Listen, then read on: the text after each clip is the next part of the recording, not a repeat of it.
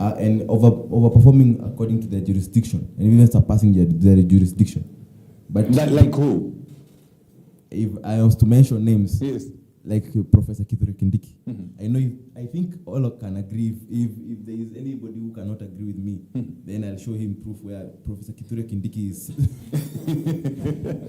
He is mandated because he's the Interior Secretary, Cabinet Minister of Security. He has gone over and beyond to ensuring this country is on the right path. Yes. Seth, or one of the ladies at the back. No, just take it, Seth. Thank you.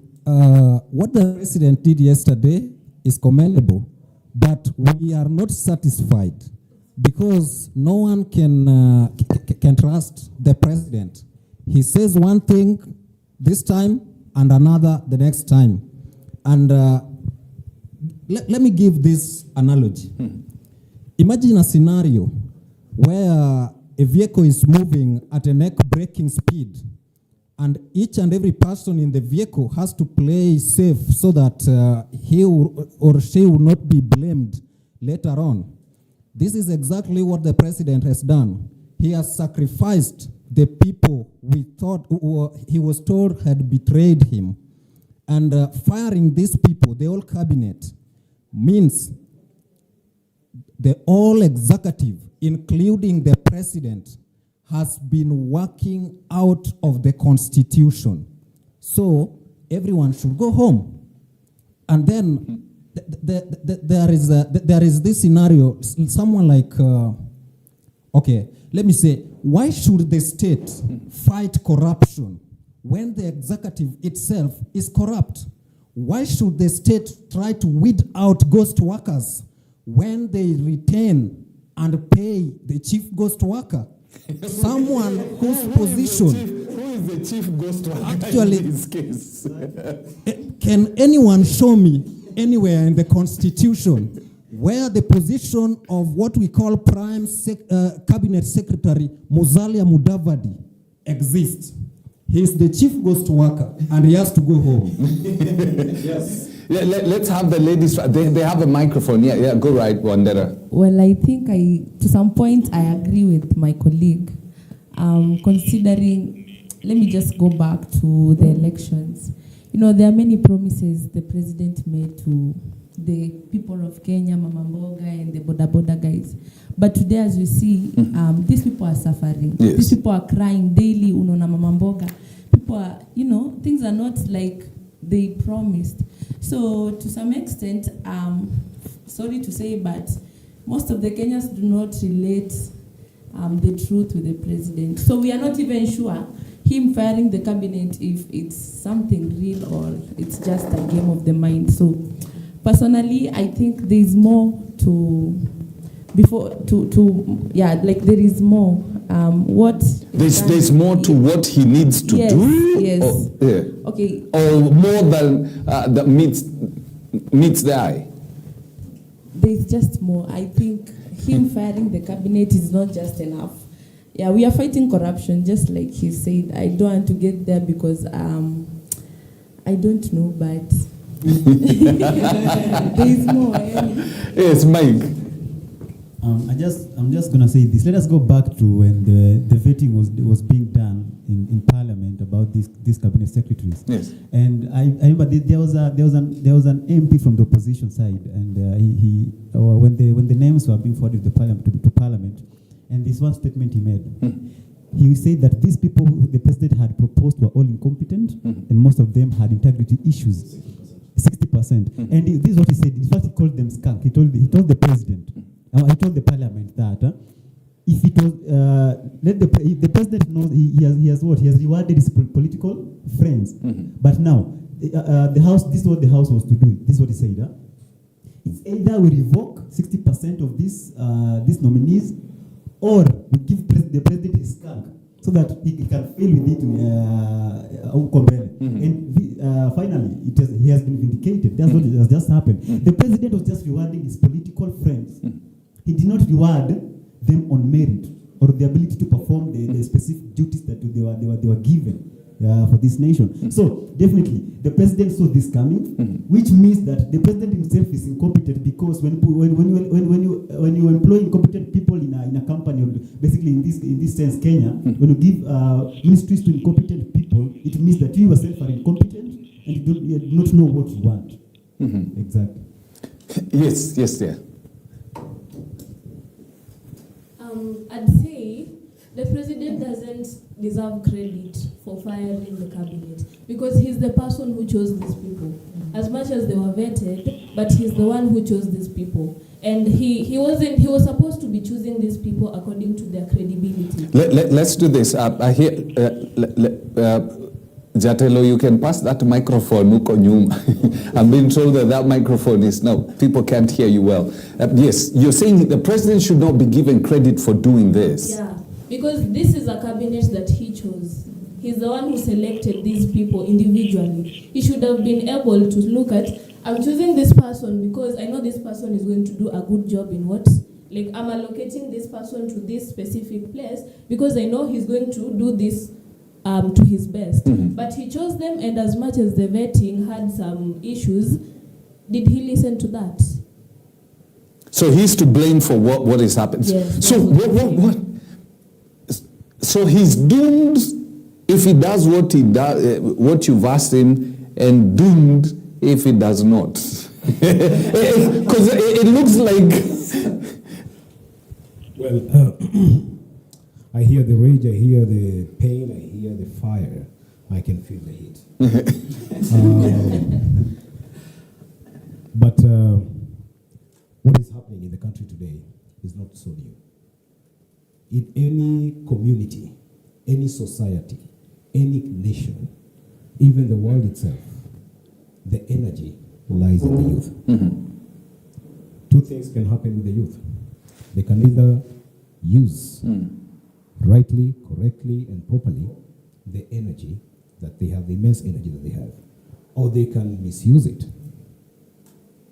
if they use it under wrong guidance or wrong understanding. What is happening today is something that has caused a revolution even in the minds, because for the first time we saw a group that is not openly running for the money. You know, there were no openly dangled cash somewhere. You're saying openly as though there was secretly something. You know, sometimes when you want something to be qualified, you must have a few people who will be very vocal and very influential, so that they can have this thing running. Those are the people you keep oiling. You know, then the rest will follow. You know, it's like when we're having this discussion about the movement of the Gen Zs. The Gen Zs went to the streets. Some had read a bit of the finance bill. Others didn't read the finance bill. Others read the finance bill, the front page on the screen. These are the guys who are running behind them, and they didn't know exactly. Some of them didn't know exactly what they were agitating for, but they say tupa hii kitu yote, you know. Tupa maji pamoja na mtoto tumeosha iko na uchafu, so let's throw it all. I think learning is a process, and as I can say, I may not hate everything, but at the same time, out of what transpired thereafter, they were found mistakes from the side of the Gen Zs and the side of the law enforcers. And I would also include what the president has been hammering on, that they've not done enough to expound, explain, make the community, a Kenyan community, to understand exactly what they're doing. So that communication lapse was a hitch on the government side. So to a great extent, it would contribute to a lot of people getting misdirected, misused in the process. When you misunderstand something, you definitely act wrongly. So what you're trying to say is that the Gen Zs have proved one thing: they have the power, they have the energy. When we were youth in the 90s, early 90s, some of these guys weren't born. Some of them were not born. Like Mike.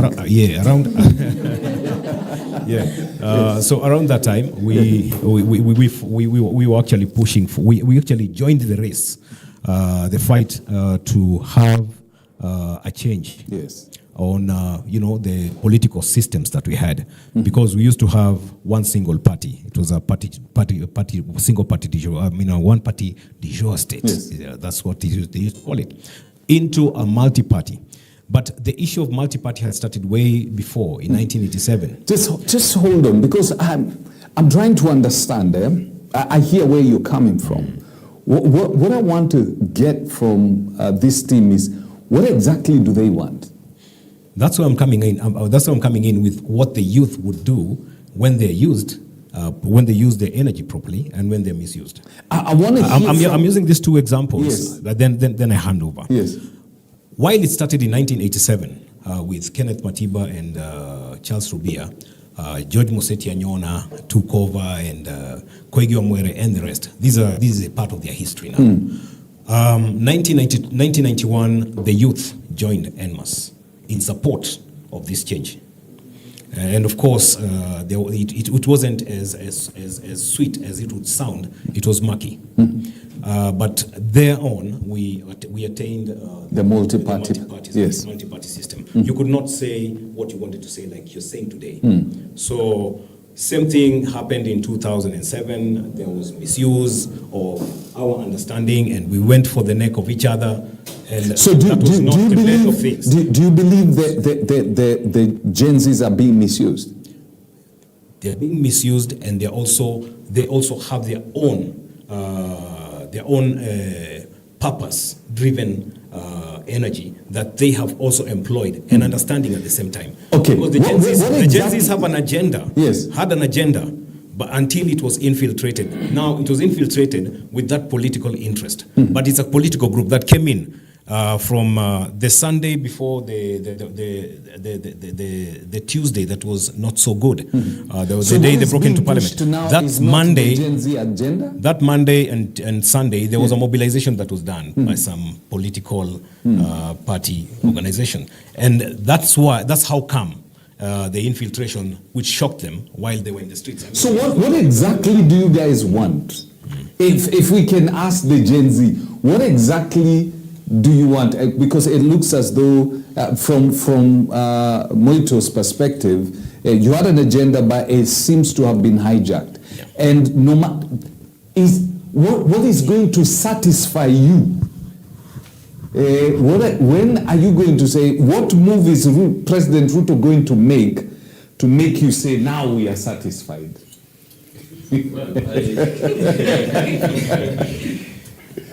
I hold and I still repeat, whatever happened yesterday, that was again a long time. I mean, when my brother spoke of during the scrutiny, you saw they were so incompetent. You saw, and the president went ahead and, these are the people I want. Otherwise, what I would say that youths, we as Gen Z we want more. We want more action.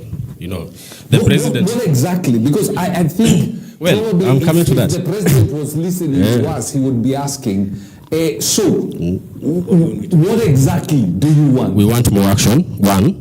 One thing that we want justice for the fallen soldiers, those guys who were shot dead. We want to see investigation done on the fired CS. We want to see them, the money that they have stolen from the people for those 2 years, come back to the people. You see, we want to see more into the major departments. They are the key actors for economic development in this country. For example, the key institutions that we have. Look at the Kemri. Look at the Kenya Ports Authority. Name them. There are so many. Do you know what's going on there? The major chiefs, the CEOs and everyone, who are they? Pure legal agents. What kind of government are we running? The head of the snake is the president. If the president could use the power that he has right now, make things right, at the end of the day, you want him out. That's all you ask for. So, yes, Mike, and then we come. So I think I'm just going to speak openly about this. This one thing about politics, and I've come to learn about, is that everybody says politics is a game of interests, and what runs in my mind is do we have to do the things the same way that have been done since we got independence? Does the fact that it has been happening, does it make it right? You know, I'm coming to your question, but I want to start from somewhere behind, because I feel like sometimes history is very important for us to understand where we are going. Okay, so I was looking at the Jomo Kenyatta as the first president of the Republic of Kenya. When he got independence. There are three things he said he's going to fight, and one of them was poverty. The second one was ignorance. The third one was disease. I'm looking at poverty. 61 years after independence, we are still fighting poverty. That shows that there has been no progress since 1963 on that front. When you look at ignorance, no progress. Why am I saying that? I know that I'm saying ignorance because in reference to the political class. This is what I'm saying, because at the end of the day, on our side, I think there's been an improvement since maybe 2 or 3 after Kibaki came in and put in the free education, and many people went to school. But I'm saying ignorance in reference to the political class, because look at everyone up there. They are not seeing what is happening at the moment. You see, that's what I call ignorance. Because you see, ignorance. So there's a separation between the leadership and the. Exactly. Listen, there's a difference between having accolades, educational accolades, and being smart to read what is happening as a leader. You see, for example, right now everybody's looking at maandamano and firing people. I feel that the leadership has not read and does not interpret well what is happening in this country. So that's what I'm asking. Exactly. Can you, since you're part of the group that is pushing this, what is it that the president has not read from what you want? Exactly. Now, I was coming to that. And then we come to you. So this is what I'm trying to say. Before that, I'm saying the last one is disease. We're still struggling with disease, okay? Yes. Now, after that, this is what I'm trying to say. Like, the president, the Constitution is very clear. Everything is provided for in the Constitution. What's supposed to be happening, how the country should be led, how the citizens should behave, and like everything is in the Constitution. But now, looking at the political class, I'm calling them political class because they're not fit to be called leaders. This is the thing. They are not doing what they're supposed to be doing. In short, we're saying, do what you're supposed to do. Do your job that you're elected to do. Don't just go there and do your own things, or you just look into your interest and forget what you are there to serve the people of Kenya. Everything is provided for in the Constitution. How resources are supposed to be allocated, how leadership is supposed to be cut, the function of each and every member. So there's nothing new you're talking here. We are just saying, follow the Constitution. Do what you are elected to do. That's simple. Like that's how I can say it. Because if I go to one point at a time, it will take too long here. Yes. So. Exactly. So if the president was listening to you, what does he need to do to get you satisfied? Because as I said earlier, it looks like doomed if he does, doomed if he does not. So what does he need to do? And as I earlier made my statement, we are on a road to recovery as a country. The president had that bitter pill to swallow yesterday, firing all his cabinet ministers. But that is one of the things that we had agitated for. Some of us paid the ultimate price to get where we are today. And still, barely 3 weeks on, some of the families have not reaped what their sons and daughters came to the streets to do. So the president is already on the right track, recommending for the great job. Secondly, we want accountability. Those ministers who are sent home yesterday, can the EACC be on their back? Because on the last 2 years, they have been gulping public resources. Then some of them had come to a point that I'll use this term, on the media, you will hear them, well, unanipeleka wapi? Because they thought that this thing lies on the president's back. They thought that everything runs on smooth. But yesterday, shock was on them. Yes. So right now, as the president, I know he will sit down with all the stakeholders so that he can reconstitute a new cabinet with the interest of Kenyans at heart. Because this cabinet was being rewarded. You helped me gather votes from this side. Let me reward you with giving you this seat.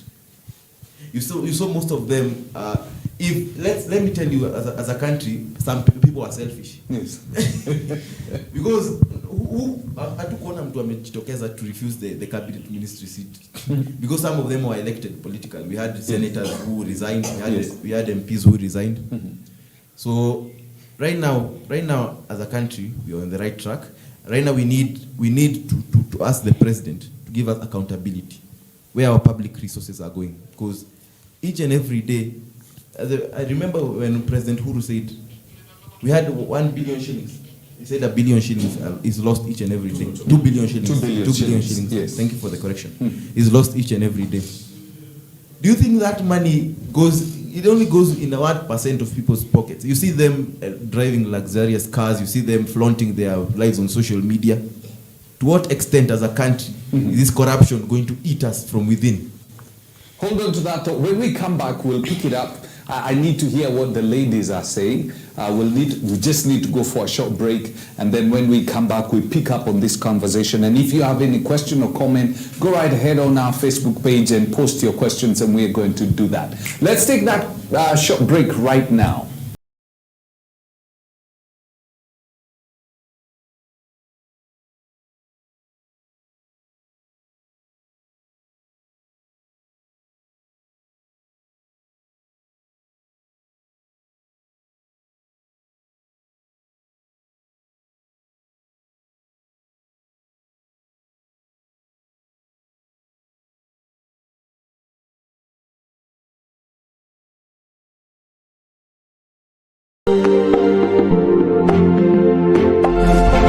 You are watching EBN TV, transforming your world. EBN TV cares about the growth of your business. To advertise with us, call 0725 386 501 or 0740 653 453. EBN TV, transforming your world. You are watching EBN TV, transforming your world. Every Saturday from 8:30 a.m. But we should not be afraid to interpret scripture. Get to know the story behind the Bible. Why was it written? To whom was it written? And what was happening when it was written? Understand, get to know, learn how to properly interpret the scriptures so that you're not deceived. In the book of Revelation, and we have started to enter into the happenings, because these are things that are going to take place hereafter. Join Pastor Felix Kevoy and his team as they go through the different books of the Bible and give you the theological interpretation of the same. At the very introduction of the book of Revelation, the book lays clear what is contained in here. Every Saturday from 8:30 a.m. on The Theology Show, only on EBN, transforming your world.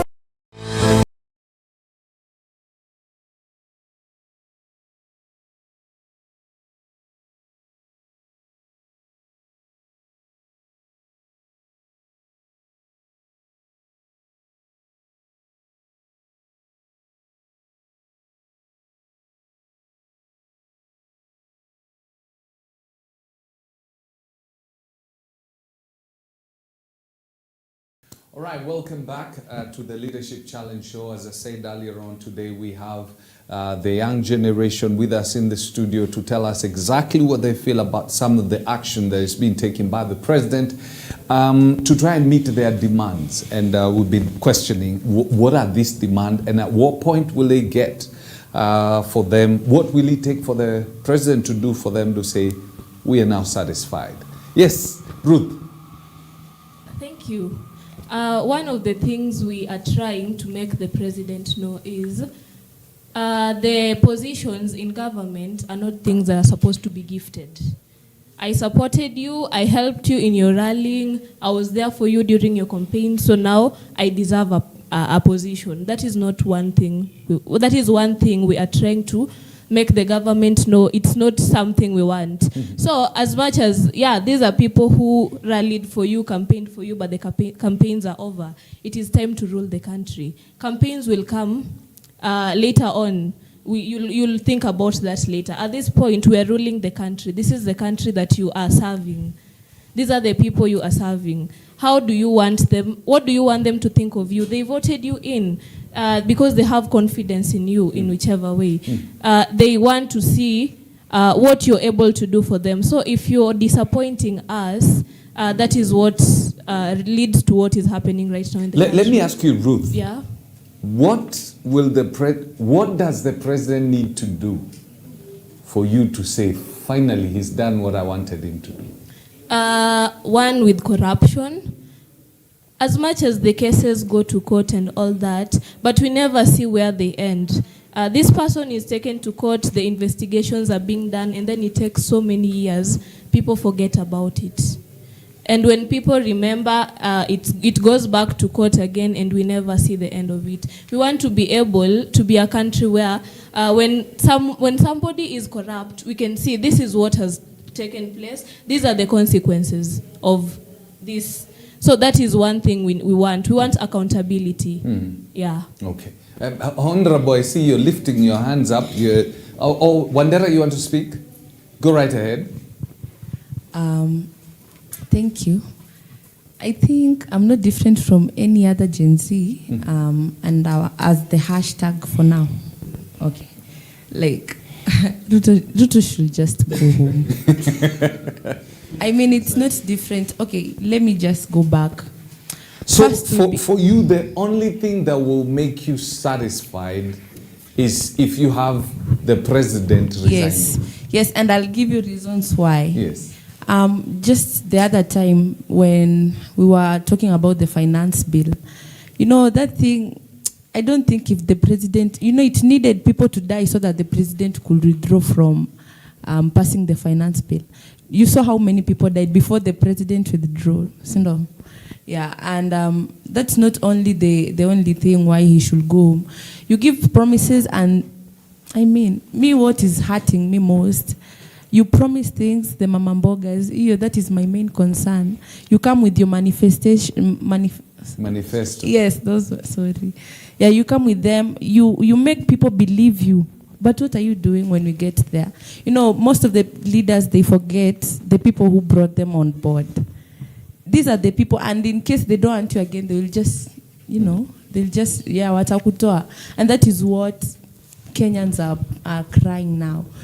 Our parents cannot come and start fighting. They bring revolution. We are the people.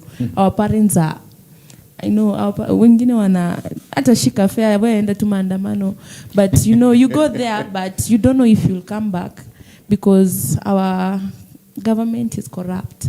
You go there, you people are peaceful, but is the government peaceful with you? People went to the streets the other time. People went to the streets and with their hawana mambo makata zao, they've written their things. They're trying to communicate, but it took people to die before the president could hear. If that is a leader, then where are we heading to as a nation? I see Mwito willing to go, but let's hear from Mheshimiwa here. We see whether Mheshimiwa, when he becomes a real Mheshimiwa, is going to be any different. Go, yes. Yes, thank you. You're asking us what we want the president to do. Yes. And this is not only the president. It is simple. Follow the rule of law. We claim to be a democratic republic. When the actions of our leaders are not reflecting the democratic principles, this is a clear manifestation that democracy is a scam in Kenya and Africa as a whole. Democracy in Kenya or in Africa as a whole is some hocus pocus meant to delude and suspecting citizens that are later used mysteriously as donkeys for the interest of the few that hold the power. And what we need them to do is to follow the democratic principles. We cannot be in a country where the institutions that are meant to be autonomous are ruled by one, where the judiciary and the legislature are controlled by the executive, where they have been made to be very clean and toothless, sparkling bulldogs that cannot bite. We want them to bite. We want the president to let the autonomous institutions work autonomously and not control them. Let him leave these institutions to work as checks and balances. And that is good governance, because not only the executive is an arm of government. We have the executive, the judiciary, and legislature. We want to see each and every one of them playing their role. And we don't want to see any incompetent common badolos put there in the names of CSS and people who are useless, that cannot perform, but misusing us. Very white. Yes. How different is the democracy in Kenya? At one point, do you get to say that, Parliament is autonomous? Because if you look at even the biggest democracies in the world, because they are governed by political parties, and political parties have policies, and these policies are passed through Parliament, at what point do you want the members of Parliament to completely divorce themselves from the policy of their political party? So that you can say this institution is independent. Okay. Being in a political party is one thing. That is what gets you to power. And what you do when you get to that power is a different thing also. When you get, a political party is a vehicle that drives you towards that seat. But once you get there, you don't work for the interest of your political party. You work for the interest of the people, and we are the people. You cannot come and tell us that members of executive, you are in legislature. Then you tell us that the members of executive gave you something in the name of bribe, handout, for you to pass laws that are going to press down the wananchi that you are supposed to be working for. So that is what we don't want. Let them separate working for political parties and working for people. There are two different lines. Yes. They should know their purpose. You're saying they should know their purpose? In that parliament. Wow. Yes. Yeah, thank you very much. It sounds so good for political rally. I'd make good use of him if I would be buying, because he sounds convincing. Yes. However, and also can help me tear apart the guys on the other side. Away from that, I think it's always good to remember that definitely in leadership, accountability, transparency is part of what should be well embraced. Also, in terms of leadership, there's a lot that would be checked. Yes. In terms of, evolving around such characteristics. But if they are guided by the law, yes, law experts, or people who study law, they say that the law is not absolute. The law is a nurse. It's not absolute. First, it's a nurse. It can turn against you any moment. Yes. But now, when we say the law is not absolute, it means the law always has room for changes and correction, which means it has loopholes. Any corrupt person will always use loopholes. If the Gen Zs are not keen on re-looking into the constitution, the law, if the government is going to come back in place and not ensure that we take back training, education on matters concerning the law, the constitution, then we'll still have a blind generation that might come up again. And I'm not calling them blind to certain things. Remember, the day we say there is no prayer for students, there is no visiting for students, we left the students alone to whatever theory will be pumped in their minds. That was during the Matiang'i time. It was unfortunate because the generation that we're talking about is this one here. And they found the very good advisor on the phones. And they're making references to what is coming from Google, from social media platforms. And all these things. Due to maybe the economic crunch, maybe the parenting also had a lapse, because we got too big because of the hardships, the economic hardships. And maybe as from perhaps from around 2013, there was a time that it became too busy for most of the parents that they had little time with the now generation of Gen Zs. Now, the social media and the digital platform has been there to advise them. They have already earned trust that whatever comes from the social media must be true. Even if it's is an article. Yeah. Even if it's an article that is written by a certain human being who professionally is actually called a journalist, they would go and believe it. Yes. If you trust the digital gadget. But it reaches a point when you have to go for facts. Like, for instance, it's very easy right now to criticize or talk about the 2 billion shillings that was lost daily. But the same person had said within around that time that we are making 2 billion shillings from oil in Turkana. And a promise was made to the guys in Turkana that 15% goes to you. So where was the 15% going to come from if we didn't have the 200,000 barrels that were being, dug out, brought out, drawn from our wells, yes, by the Talo company. Same president announced that we are losing 2 billion.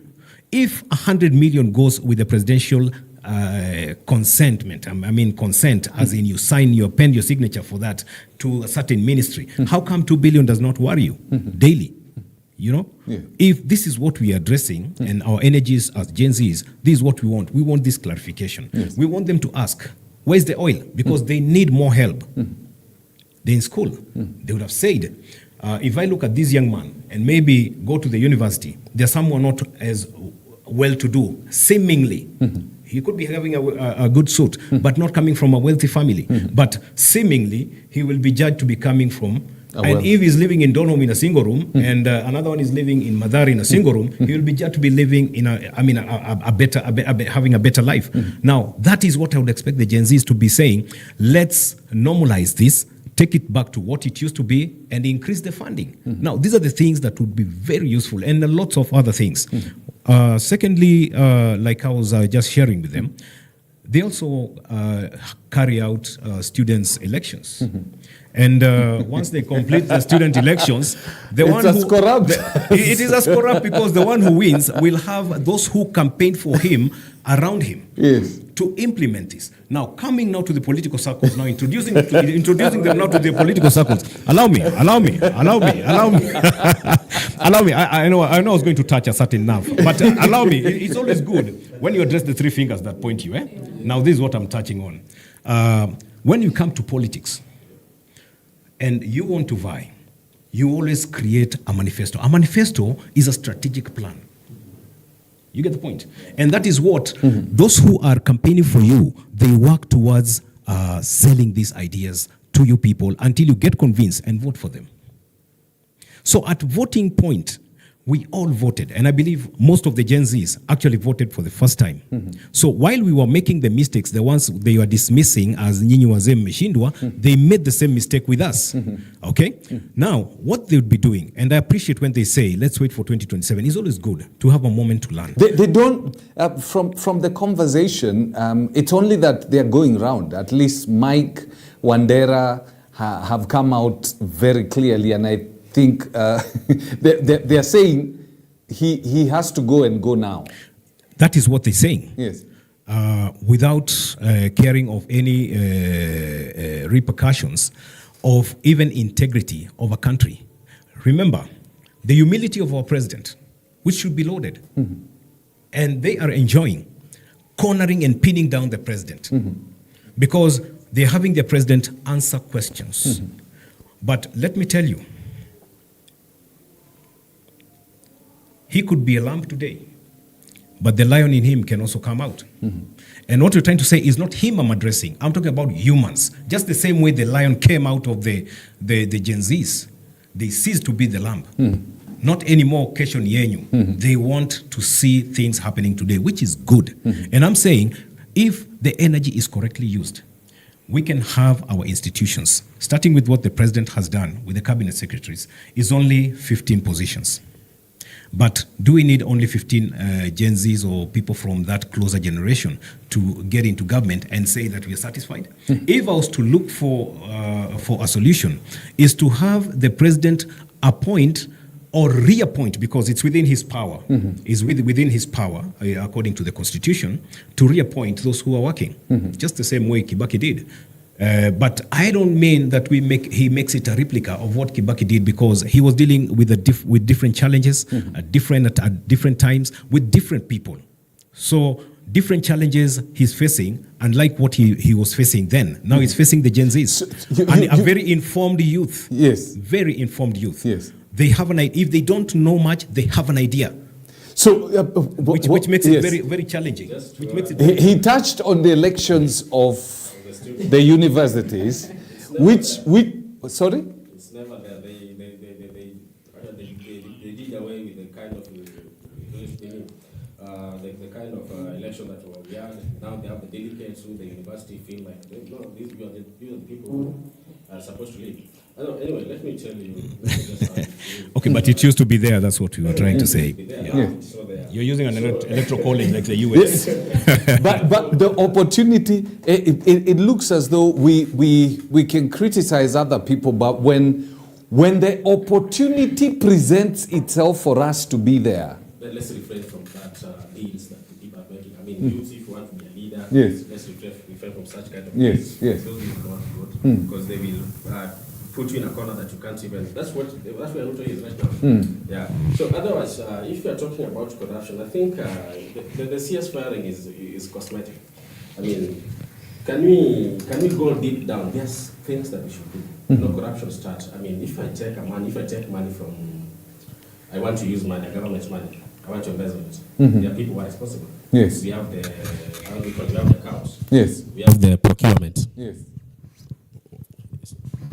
Let's see whether that... Okay, I'm saying, look at some sectors, the sectors in these institutions. Yes. In a minister, we have the procurement officers. Yes. We have the accounts, you know. We want to see people going home. We want to see people getting arrested. Not just the cabinet secretary, you want to see it cascading. They are corrupt. There are corrupt procurements down there. There are corrupt accounts down there. These guys should be held accountable. You know, you cannot go and take money from the government without proper documentation. There must be proper documentation that 1 million has been taken away from this part. It's going somewhere. Now, those are the people we have to deal with from down there. And then, when I talk about the institutions that are there, I don't mind whether the challenges or whatever. You know, the president should just go back, because these are institutions that are playing important role. They're contributing to economical well-being. Let me ask you a question, because at times I feel as though we are going... You will only be satisfied when the president is out. Done. No. Okay, yes, that will be the last thing. But for now... So you'll only be satisfied that he has accomplished what we wanted him to accomplish when he leaves office. And if he doesn't leave office, the people who are coming next, the people who are going to nominate, they should have clean and judicial records. You know, we don't want corrupt individual again. And we don't want the old folks to come. You talked about those people who have worked. My friend, we don't have these old folks. No. Yes. Point of clarification. Yes. Point of clarification. My friend, we need... Yeah. If you have an untested, unproven character in a very crucial position, you're endangering the community, you're endangering the economy, you're endangering the society totally. So it's not about somebody who has a clean slate. If you've never been tested, you've never been operated in that kind of office. If you've never been in a position where you're being challenged, like for instance, there's a certain MP that was elected at some point in time, and he had nothing. Now, when you see 140 million shillings now ringing in your account, or in an account that you're supposed to have some power, some say, you know, It confuses you. Then all of a sudden, in the next 15 days, 1 million shillings enters your account in the form of salary and allowances. I mean, it would shock you, you know. So what I'm trying to say is, if a young man for the first time buys Ferrari, I would not have a problem with that. I would understand. He's growing. But if he does a Ferrari that goes to Lamborghini and he's using money that he's supposed to be serving the community with, I would have a lot of problems with that. Although when it comes to public funds, there is no time for mjaribu. Yes. What you're saying is that it's about delivering. So what we want is people who can deliver, people who are accountable. It's not necessarily because you have come with correct papers and we've not seen you anywhere. We need. Yeah, they need to be tested. And you see, you cannot test them in Ligiso. You test them in Ligindogo, then they come to Ligiso. Yeah. I'm a master student, my friend. Can I just say something? Can I just say something? I think one thing I'm getting from all of this discussion is one thing here. We are having, or rather, people are comfortable with what they have been provided for. Whether it's good or bad, people are very comfortable. And I'm so hurt because at the end of the day, you know, you cannot, because you're a thief, you wouldn't have to teach your child to be a thief because that's the line of it's the family business. No, you want something better for your kids, and this is what I'm trying to say. I have nothing against the older generation. It's not the older generation against the Gen Z. It's a morality issue. You know, if we need to change a country, we first still need to start changing individuals, how we think, how we reason about things, how we see things. We first change that so that it goes to other people. Yes. You see, when I hear people say that, in fact, I hate this analogy that young people are getting information from social media. I hate this story that young people don't know what they're doing. Are you sure? Do you know that it doesn't matter where information comes from? Information is information. You know, and there's one thing I tell myself. For example, in case of this government, if people feel like these young people are maybe going to the streets because they have the wrong information, is it our problem? No, it's because the leadership didn't do the correct, didn't give out the correct information, or the communication team in the government is not working well. And listen, you cannot sacrifice or you cannot punish a recipient for information because of your lapse or your mistake in how you deliver that information. Now, this one thing I want to say. There's one thing I felt. Allow me to touch on that. Yes. About the one thing about you said about where do you draw the line between the separation of powers, maybe independence, exactly. Of you know, there's this culture in this country, and maybe most of countries. Somebody said. I once heard somebody say that in a democracy, majority are fools, and I think majority are fools. Exactly. In a democracy, majority are fools, and that's what I feel when I hear people speak about. Yeah, exactly. Because you know. At the end of the day, what I feel is, you know, people use as my friend here said, like political parties in this country are used as a bus to achieve something. Yes. But I think there's a point where we should separate between politics and leadership. You know, during the time yakura, you be a politician. But the moment you get into office, remember you are a leader. Be a leader. You know, people, and it's usually the fact that the society has been so bad for a long time, and we grew into that, and we were born into it. We think it is good. No, it is not good. At the end of the day, it needs to change. We need to do what is right. We need to do what is right. And that is what is right is what is written in the Constitution. This is a Constitution that was passed by a majority of Kenyans, and everything is inside there. So do according to what that says, not according to what you think politics is. Exactly, and exactly, and that's the first thing. That's the first problem we did in this country. We elected a person. Listen, first thing. That's the first problem. That was the first mistake we did in this country. We put into office people who are opposed to this constitution. So these are the people who will not follow whatever the constitution is saying. But isn't that democracy? And that's why I said majority are fools. Let's hear him. Yes, let me give him a chance so that I can so that he can come through. All right. Well, it is good. It's good to see it from that point, and I understand his sentiments. While we were making the Constitution, we didn't know that Article 46, the one that speaks of family law, that there will be a marriage and a personal law. Do you know that? What do you understand by personal? It means that law has nothing to do with what everybody else thinks but you. So I can have my wife out and get Johnny to become my wife. And you guys are still claiming that the president is not doing much on LGBTQ, and the vote you're saying was voted for by majority. This is what they voted in. You understand? So, some of these things, we need to get to understand them. Right now, you walk into an account, and I have nothing against our Muslim brothers. We walk into a one bank, you will pay 22% from 14%. They will pay 0%. Hawala account, because it's going as per the Quran, and you have to be an adherent of the Quran and Islam if you go to Islamic Bank of Kenya. When you expect us to call it equality in the Bill of Rights, you guys are talking about the Constitution. Now tunachambua katiba. The one voted by the majority. What I want to qualify here is the fact that majority are saying one thing, one voice. They don't have to be right. Even when they were crucifying Christ, they were majority. Even the king himself, the chief himself, Pilate, had to give in.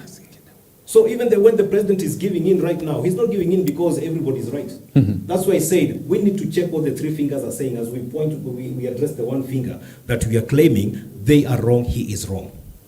What are we doing as Kenyans? By that time, we're eating bananas and oranges. And that's how we voted in this constitution. And it has so many anomalies. They say 20%. They've never corrected it. Today, we have the 1 man, 1 shilling, 1 vote. How did it come about? There are regions in this country who benefit from something we call equalization fund. Add more to what the counties are given. Regardless of whether you're paying more taxes or not. You're paying taxes and you're actually feeding the government with taxes collected by the county. Kiambu collected 6 billion, takes it to the government. Then it gets 9 billion, and then Turkana gets 13 billion. Moyale gets another one, slightly higher. And we have the ASAL whatever funds. Try and remove them, those funds, today. And when we were talking, we were saying, no, please, let's have a threshold.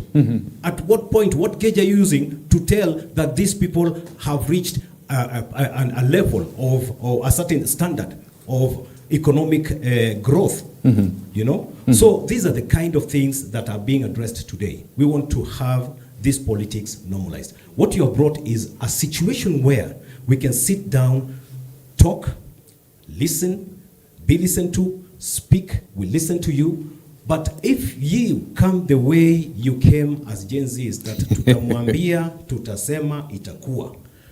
Itafika mahali utashindwa which force is coming and not military.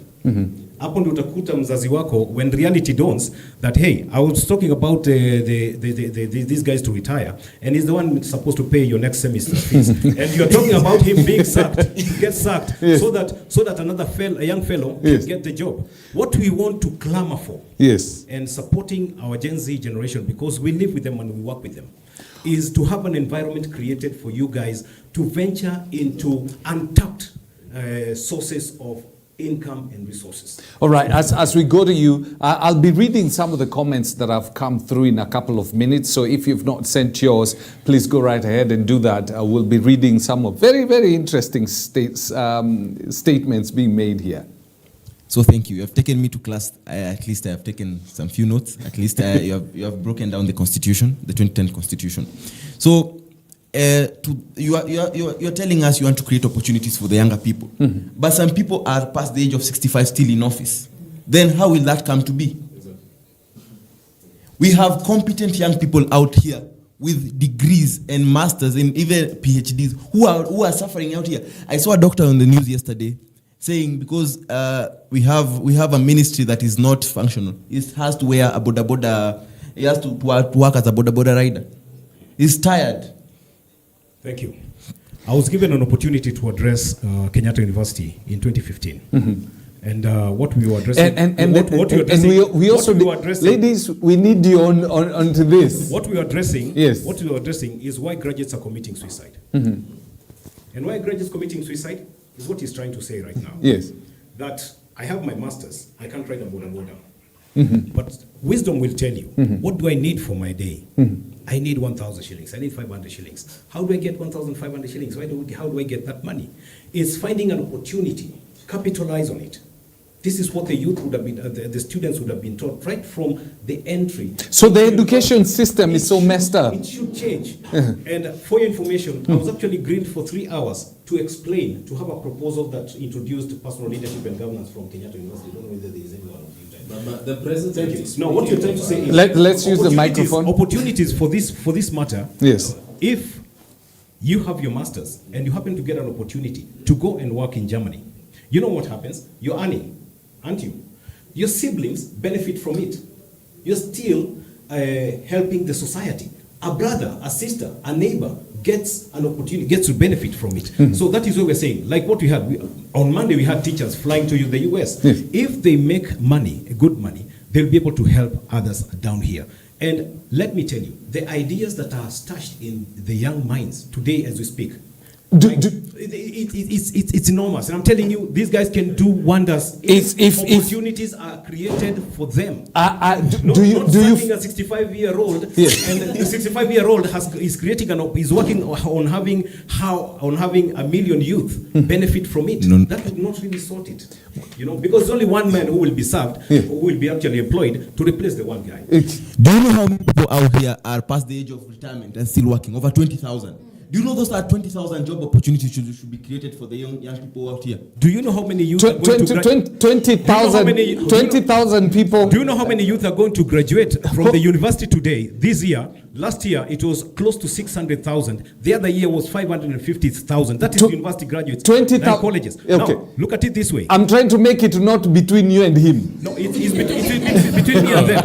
I'm trying to explain it to them. The point we're trying to correct that the same president, the same president is expecting us another lot to come out and demand for employment. Okay? Yes. There is one that is demanding when they were 400,000, 500,000 every year, 600,000, and actually is going to increase because now the TVET and the other colleges that are now actually enrolling many more youth. I think it's a wrong trajectory to go. You cannot sell us outside labor work outside, and you cannot create a good environment. Look at the president. Today, if you ask the president, what's there for the youth? He will tell you what affordable housing. That's what he talked about. You are telling me with my masters, I go. Let me ask, and maybe this will help. Is the government supposed to create employment for the people, or is the government supposed to create an enabling environment so that other people can create employment for the people? Okay, the government should do the latter, okay? Now listen, this is the problem now. You know the function is just to create an environment whereby business, these people can be able to do create business, jobs, to yes. create jobs. But the problem is now, look at this government. Let us not deviate from this government. This is what we're discussing here. Yes. Look at this government, what it's doing right now. Yeah. How long has he been in power? Listen, let me just say something. 1 year, 8 months. 1 year, 8 The months. criticism of him not being capable of leading this country Yes. in the 3rd month. Why Listen. That's what we're saying. These are the kind of things that cannot be Let's look at it. Let me finish. I hear you. I was making a point. I hear you. I was making a point. Yes. And I feel okay. You're saying 1 year, 8 months. Okay, what does it bring then? Listen. That's how he only has 3 years, I think. Yes, now listen. We listen to the president speak. When you ask him about how he's creating a job for young people, he's telling us about he's looking for jobs in Saudi Arabia or somewhere. Listen, in affordable housing. Do you mean that first thing first? Do we create lawyers to build houses, to be masons? Do you convert? Another thing, Pierre. Let me ask you one thing about this exporting of labor. Yes. So, how do we create a lot of money in the economy, the foreign money in the economy, and you don't have the technocrats or the people with the ability to do that because all of them have gone outside?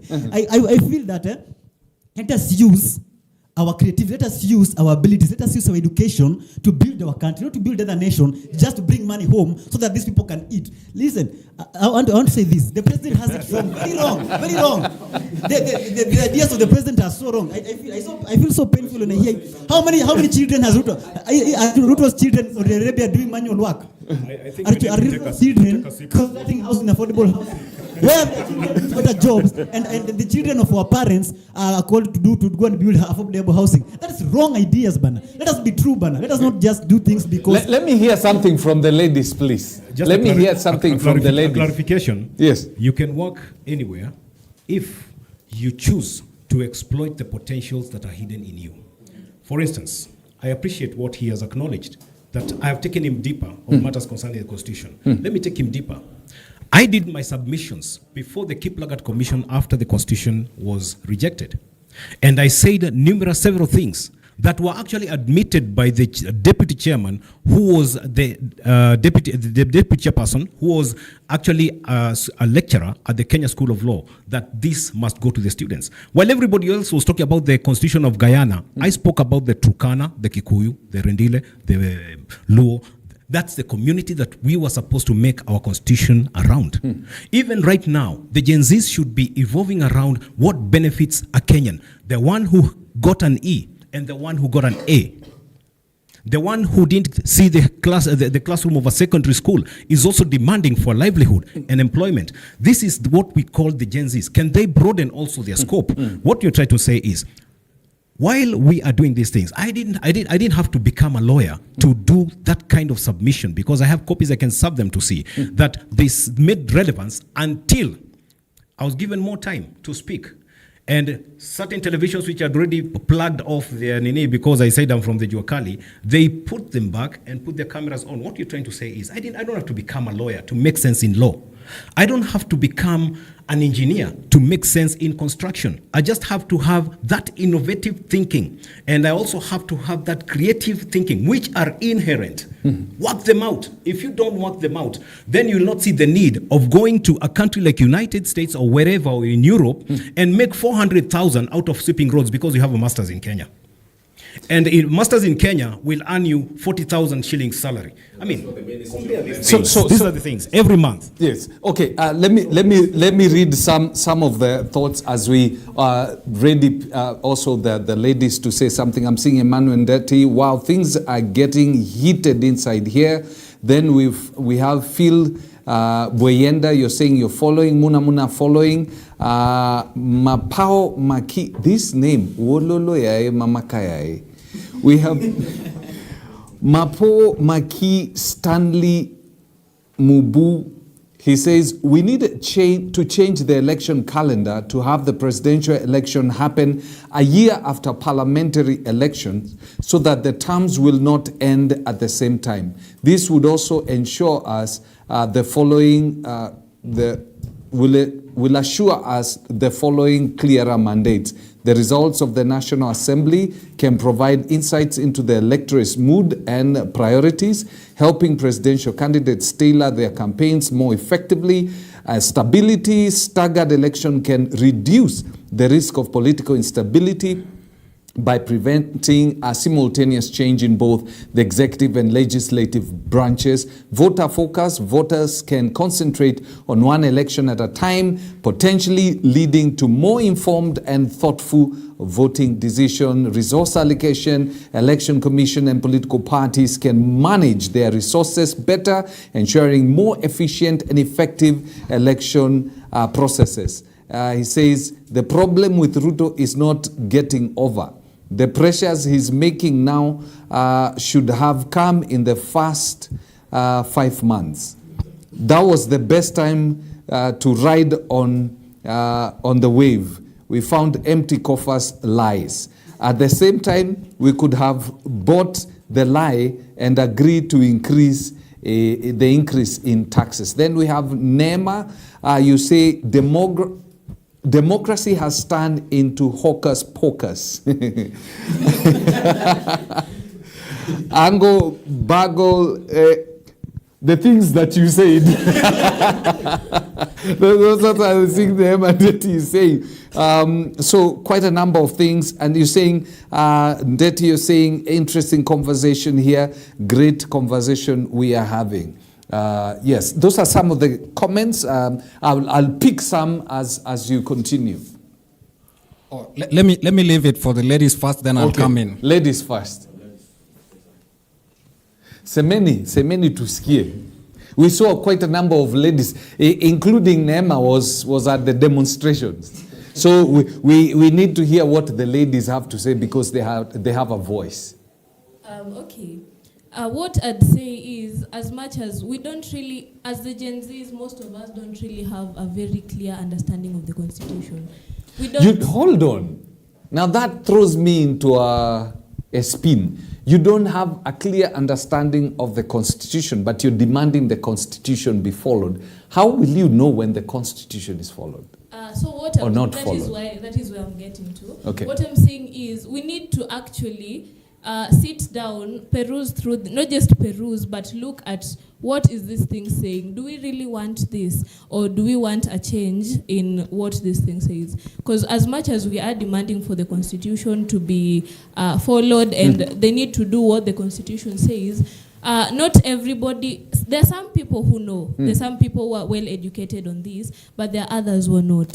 So we all need to be able to actually familiarize ourselves with it, so that we know what we are fighting for, and we're not stranded when we hear people giving some, when you know you're fighting for the Constitution to be upheld, and then when somebody says something about the Constitution and you're like, oh, so that is what is there. Blame the government for... you said we should blame the government because Kenyans are not... Let's use the microphone and then we come to honorable member. Yes. You know, when the Constitution came in, I mean, there was no that awareness. There was no going to the deep down to the rurals. I mean, there should be such kind of department to explain to people the Constitution the way we did. You see what Gen Zs did with the finance bill. People volunteered. They were explaining to people exactly what was in there. And you are telling us youths do not have information. My friend, we have information, including our mothers.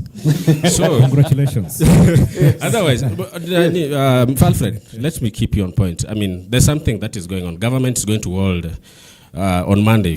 We have a meeting that the government is actually calling for. Yes. I mean, Gen Z, you are here. I think there is no point of having that kind of meeting. And you've seen he's giving 50 spaces for 50 people. Who are they? Do the Gen Zs know them? But you have said you have no leader. So yeah, we made it clear that you're leaderless. So if you're leaderless, is creating this kind of if you're spaces.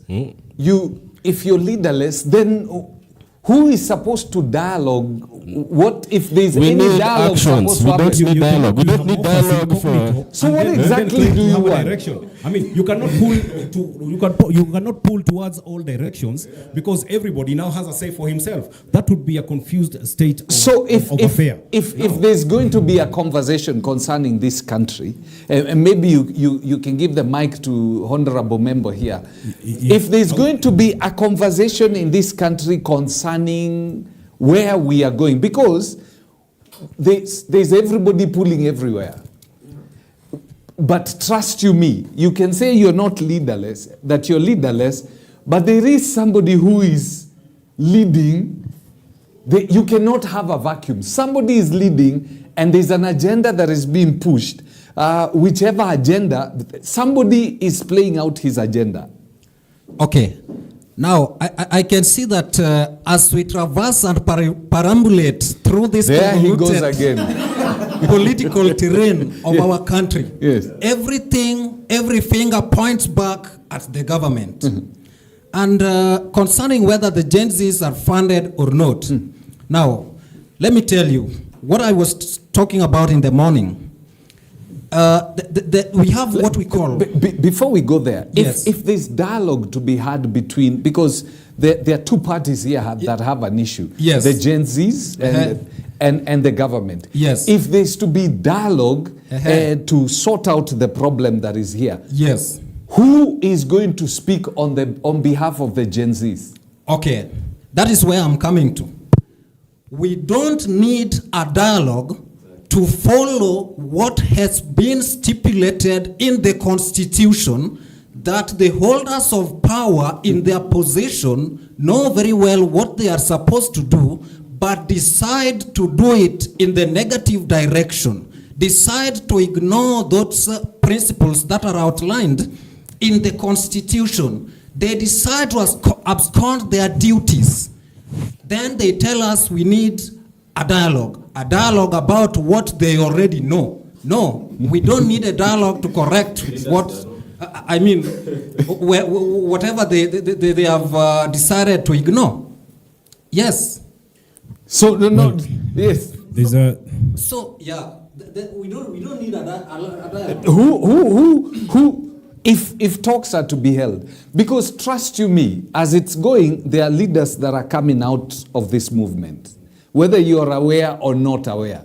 There are people who are leading, whether from the back or from the front. There are people who are leading. And one of them is leading without leading, and that is Miguna. He's out of the country.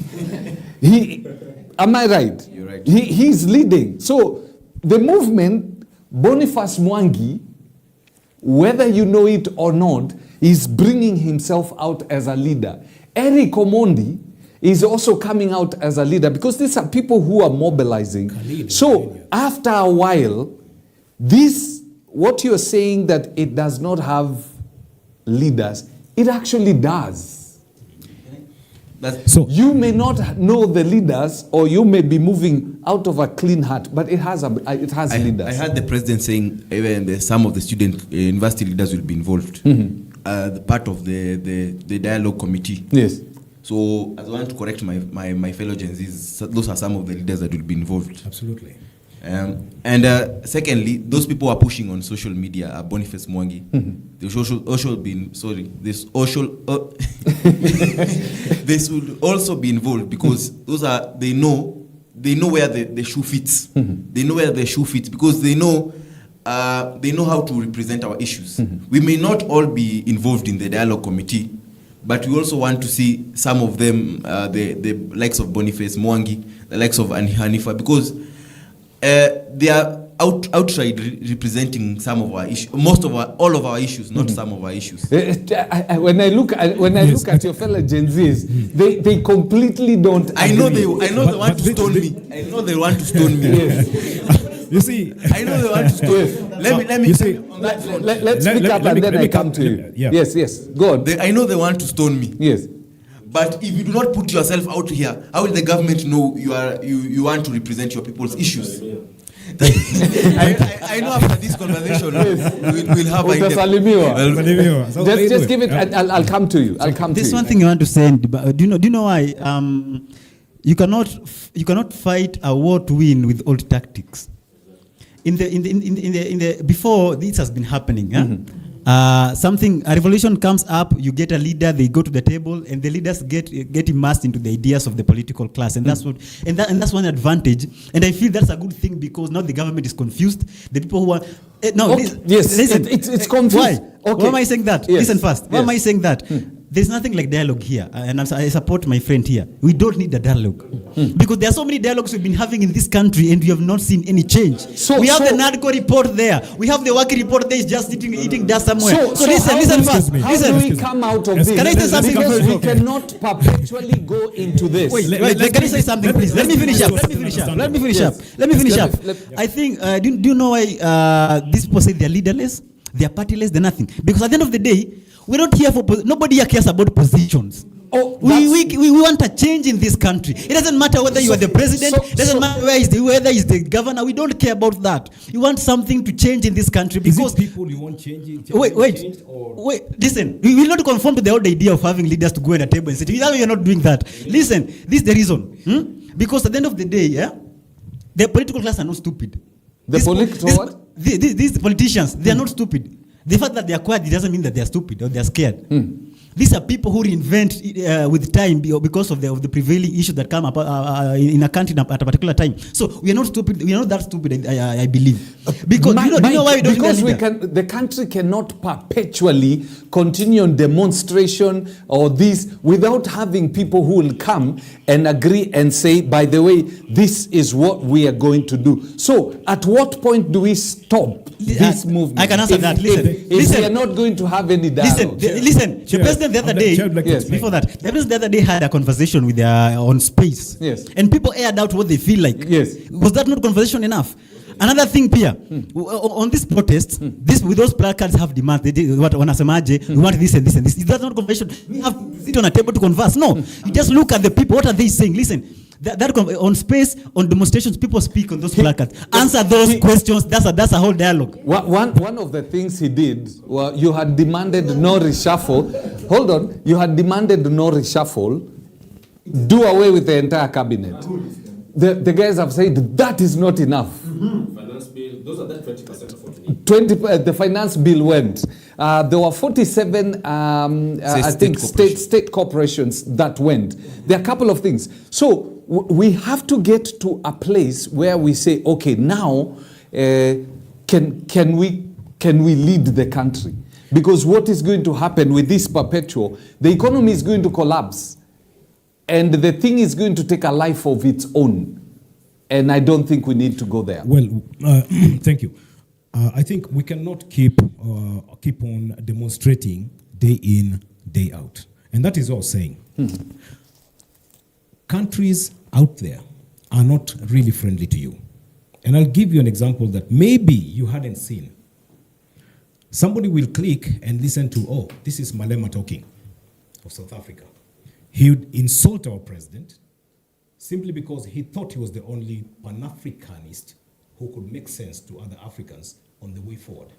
While your president was making sense to the rest of Africans that we have resources that we need to tap, and true, we have them, and put them on a negotiating table so that we can benefit our own people and benefit our region, benefit our continent. Those are the kind of things that you will hear from outside and think these people are supporting you. They're actually helping you kill them because they know there's a dream that is being shattered that is personal. Now, leave that one aside. Countries like like Europe, they know that while they were using mobile phones for pleasure, long before some of you were born, we were seeing this in the movies, the Chinese brought it to us. And we entered into technology, which you're talking about, that we should use today, which is good. Okay? So we've come a long way. What you're saying is, what we have constructed as a country, let's not destroy it to the whims of the people who want to come back with their colonial mentality. They want your natural resources. Today they're clamoring to have our titanium for bombs, uranium, coal, which is here, oil. You've already been told that there is no oil that can feed, that is acceptable in the market. No one is talking about it. Listen. The former president said that the oil is not acceptable in the market, so we are not making any money, yet we were making 2 billion. What I'm trying to say is, these are the pertinent issues I would like us to get down to look into, because you guys are educated, you're learned, and you have a broad understanding, and you can even take it further and deeper. Now, hold on, as a solution, because we are getting close to the end of the show. Yeah, what I want to ask. There is a push to have the president out. When the president is out, what next? Then what? Then what? That's what I want to come to. Yes. That we cannot keep demonstrating and killing this, removing this, removing the other thing. What we need to do is work towards the goodwill that is already presented by the president. He sat down with 3.8 million Kenyans, listening and others asking questions. Regardless of the vulgarity of some of the questions, the language that was used on some of the questions, he stayed there calm and responded. That shows you willingness and sacrifice, knowing that he has been mandated by the same Kenyans to exercise some powers. He would have said, no, I'm not coming. And instead, give you a pull-out of the finance bill from our dailies, like the way we had a Boma's draft. Yes. Every Kenyan had an access to discuss it, to read it, and we were not as vibrant with radio stations and TV stations. There were not as many. And people got to have this, get this information of the Constitution. So I am trying to qualify this one thing for our fellow young people. I'm a father to a Gen Z. And I'm trying to say this. Ignorance is no defense. And ignorance is not served in a certain specific quarter that you'll go to so that you can assign yourself to. Ignorance is a desire to deal with what you don't know and invite it into yourself by research and going for the information itself. Okay, so that we bring this to a close and we'll have every person's last comment. I want to know, the president, so today you have achieved the objective, the president is out. What next? As for me, we may speak from different places. Yes. I may not necessarily go that direction. Because how do you see a country where we have instability? We will not achieve anything. As for me, I necessarily have a place where the president will bow down to the pressure of the young citizens. Because we have our phones, we'll use them in accordance to make the president know that these are our issues. The demonstrations we had, because Kenyans were tired, we're not representing Gen Zs only. We are representing Gen Zs, the millennials, the Gen X, who are out here. But they could not say. This was a generation that came out strong because we were already oppressed. We are already oppressed to a certain point that we have nothing to do. But this generation is strong. So for the president, I also want to say that the dialogue that one thing I'd like to correct. The president said that each and every person in the dialogue will cater for his or her own expenses. I don't know if that is true. We are waiting to see. So it does not mean that they will go to eat the public coffers. So we want to see if that will come into fruition. And I know the people are Chunga unaweza pigwa ngoto kutoka nyuma. I know they will see me as public enemy number one. Yes. Democracy. Yes, this is democracy. So yes. Another thing. We need to go. We need to do it very fast. Okay. Yes. Another thing. So that we go to the president. You have already had what we want. We already accomplished the 20%. Yes. Now the dialogue committee that is coming will represent our issues. Now the 80%, we want to see it to full accomplishment. Okay. Before your 5-year term comes to an end. I'll come to you, Jatelo. Let's go. The final. Yes. Like the president is out. So what next? You've achieved because I think, the last thing is for the president to be out. Now, major things that we need accountability. Who takes over leadership? Oh, who takes over leadership? Yes. The president is gone. Yes. We love new election. Well, under which IBC? That's why I'm saying it's the last thing that should be done. Okay. The president to be out, that's the last thing he should do. But for now, constitute the IBC. We said 30 days so that we can recall the MPs. You know, the MPs are not the MPs, the incompetent. They are really, really corrupt and captured. So that's what we need. Again, we need accountability. We need accountability to those fired individuals. We need to see arrest and all the stuff. That's what we need. Mike, I'll come to you, Jetel. Don't worry. This idea of what next after the president is gone, do you mean that you only have one person with the capacity to be a president in the name of Ruto in this country? No, I'm asking because of you keep on talking about the constitution.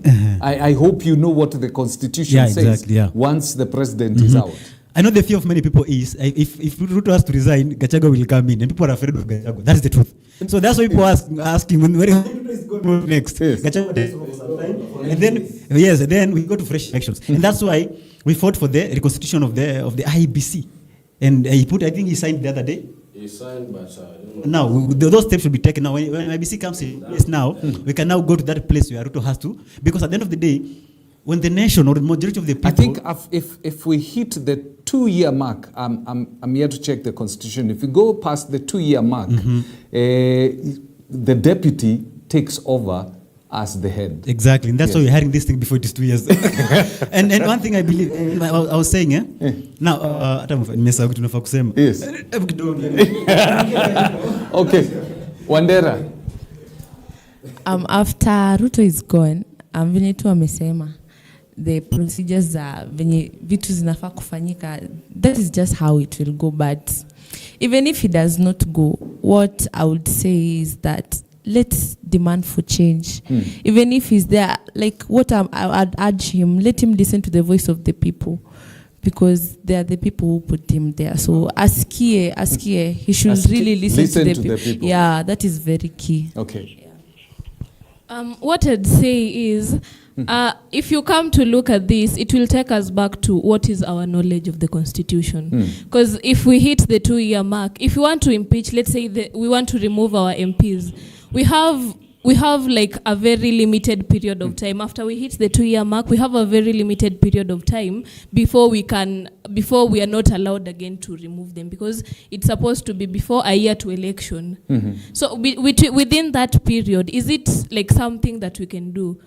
Because at some point, it feels like the constitution actually does tie us down. Because with that period we are given to be able to remove them, if you look at the process, how long it will take, you won't even be able to remove them. You'll get to the next election. Yeah, so as much as you're given like the opportunity to try, it's just there for that. So we really need to educate ourselves on this is what we want. The Constitution actually allows us to do that, but does it fully allow us to do that? We really need to educate ourselves on that.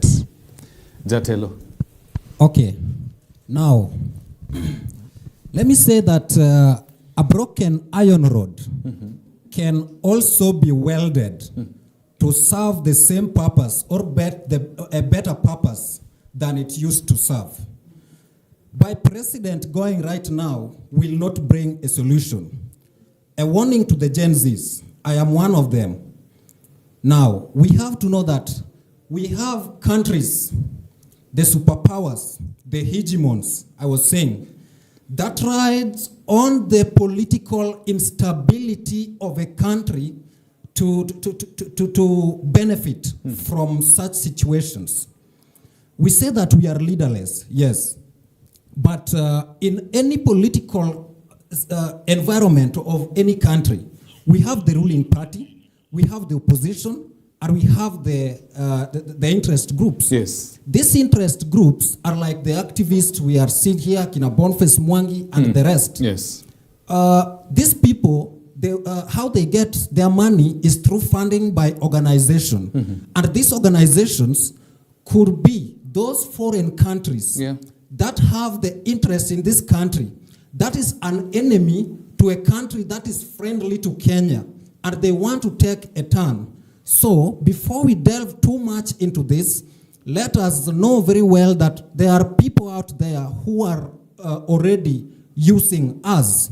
They come with genuine reasons, but the intention is different. So Ruto doesn't have to go. Let him just, he is now a broken iron rod. Let us weld him. Yes, and serve the purpose of our constitution, because as I finish, briefly, that the constitution was constitutionally constituted there he goes to again. Constitute to constitute constitutionalism. He has to follow the same. Thank you. Now, very, very brief, because we need to get out of the studio right now. I have Covenant Ngongo, who says that Gen Z are representing, but not are representatives, but not leaders. That is what Gen Z are for. You say you love the conversation. We have Cynthia, who says, wonderful conversation. It is important that Gen Z are now involved in this conversation. It is a co-presidency between the people and the president. Doesn't that mean he is listening? Good question. Then we have this. You say, awesome, great minds from the Gen Z. The conversation is hot. Government has to hear its citizens. Like, for instance, we have the affordable housing issue. Most Kenyans were not for it, but since we have a rogue parliament, the bill went through. How much deposit does one have to make to get just a 2-bedroom house? Something close to 1.2 million. Is this what we call affordable? Is there a common Kenyan who can afford that cash? Kenya Kwanza has good agendas with the poor implementation. Kenya has enough resources. We can invest in them to create employment for the youth. Overtaxation hurts the lives of common mwananchi. No need for dialogue. Action will speak louder. We want to see those corrupt leaders get convicted and return what belongs to the state. Those in power should not sanitize corrupt leaders. We want to see the president act. Your closing comment. I'm being told right now my time is out. I first wish to appreciate that we had a very healthy discussion with our young generation. And it's an eye-opener.